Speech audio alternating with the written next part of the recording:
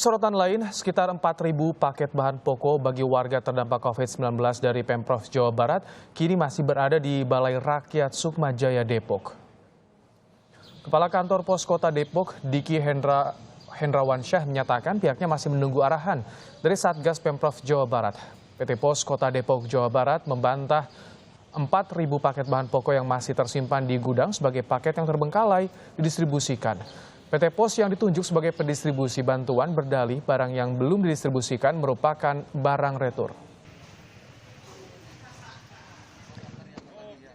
PT Pos juga mengakui sejumlah telur dari paket bahan pokok telah dimusnahkan karena dianggap sudah tidak layak konsumsi. Sementara sebagian lainnya telah disalurkan ke beberapa yayasan yatim piatu.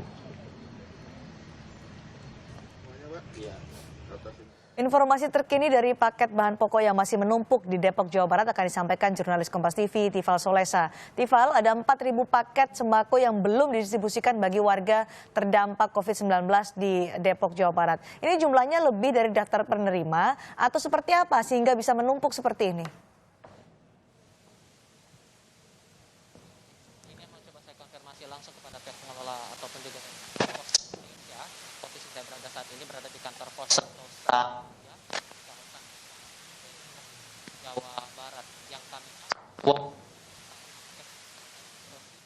Baik, kami akan kembali nanti menghubungi Tifal Solesa untuk memperbaiki komunikasi kami dan juga audio, tapi ini adalah informasi terkait hampir 4 atau sekitar 4.000 paket bahan pokok yang tertahan di Depok, Jawa Barat yang seharusnya dibagikan kepada warga Depok, Jawa Barat yang terdampak COVID-19.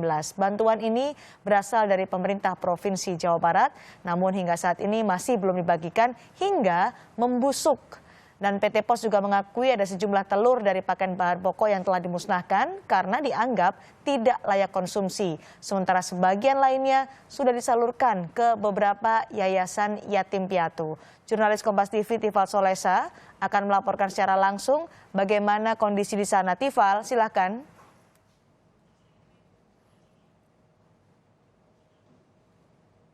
Sebetulnya dari total 47.000 paket yang disiapkan oleh Pemprov Jawa Barat untuk warga terdampak corona ini baru 43.000 yang sudah diedarkan. Sisa 4.000 paket ini masih berada di kantor pos Sentosa Raya.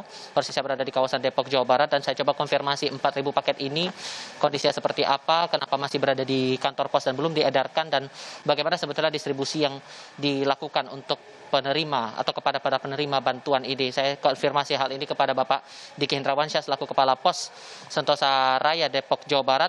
Pak Diki, 4.000 ini sebetulnya paket sisa atau paket baru atau bagaimana sebetulnya? Ya, jadi gini, perlu kita klarifikasi bahwa 4.000 itu adalah paket yang retur ya.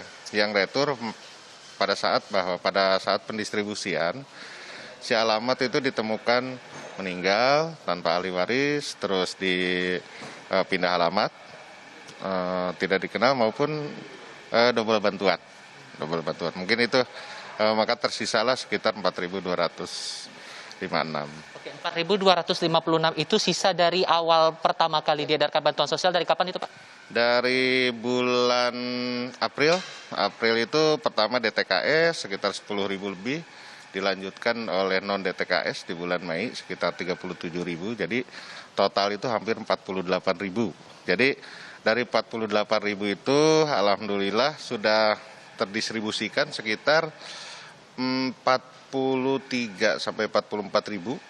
Tersisalah di gudang kami itu yang 4.256 itu. Nah, tadi Anda katakan bahwa disebarkan begitu ke yang direktur itu, paket-paket yang direktur itu kepada yatim piatu atau yayasan begitu. Itu memang sesuai kebijakan atau inisiatif dari pihak?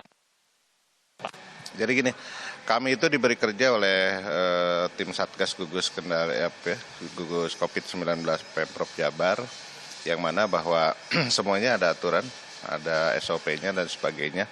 Nah, dari 4.256 itu terdiri dari paket. Ada paket dalam arti dus. Nah, di dus itu sendiri ada dalam kemasan yang berbeda itu telur sekitar dengan jumlah yang sama. Dan karena telur itu masanya sangat pendek, akhirnya atas keputusan dan petunjuk lebih lanjut dari tim Satgas Provinsi, akhirnya yang kami diberi petunjuk untuk mendistribusikan, untuk disebarkan ke yayasan-yayasan yatim piatu, lansia, pondok pesantren itu atas juga rekomendasi dari Dinas Sosial setempat. Nah, tersisalah yang 256 tray itu yang disinyalir sudah tidak layak konsumsi. Karena memang ada waktu ya, karena telur itu sangat-sangat pendek lah waktunya. Nah, Pak, ini kan jumlahnya cukup banyak, ada telur yang tidak layak konsumsi. Sosial, sembako begitu. Akar masalahnya di mana sih Pak kok sampai begitu? Iya. Kalau masalah data kami bukan kewenangan kami ya, bukan kewenangan kami, itu semuanya dari tim gugus kendali COVID di Pemprov. Oke, ini bagian Pemprov, berarti bukan Pemkot langsung mengawasi begitu? Kalau secara data mungkin berjenjang ya, mungkin dari bawah terus sampai ke provinsi mungkin ya. Mekanismenya kami tidak hafal karena pos hanya bertugas untuk mendistribusikan sesuai data yang ada. Pada saat di lapangan, ya mungkin secara bersamaan ada yang pindah atau meninggal kan kita, ya itulah di lapangan seperti itu. Dan butuh konfirmasi lebih lanjut lagi ya Pak. Terima kasih waktunya Pak, sudah mau berbincang bersama Kompas TV. Ini yang masih kami tunggu bagaimana konfirmasi dari pihak pemerintah Kota Depok sendiri, karena sampai dengan coba menghubungi via kepada Pemkot Depok berkenaan dengan hal ini, namun masih kami tunggu bagaimana konfirmasinya. Tapi dari penegasan dari pihak PT Pos bahwa untuk bantuan ini dikoordinasikan langsung atau dikendalikan langsung oleh Prof Jawa Barat. Terima kasih Tifal Solesa melaporkan langsung dari Depok, Jawa Barat.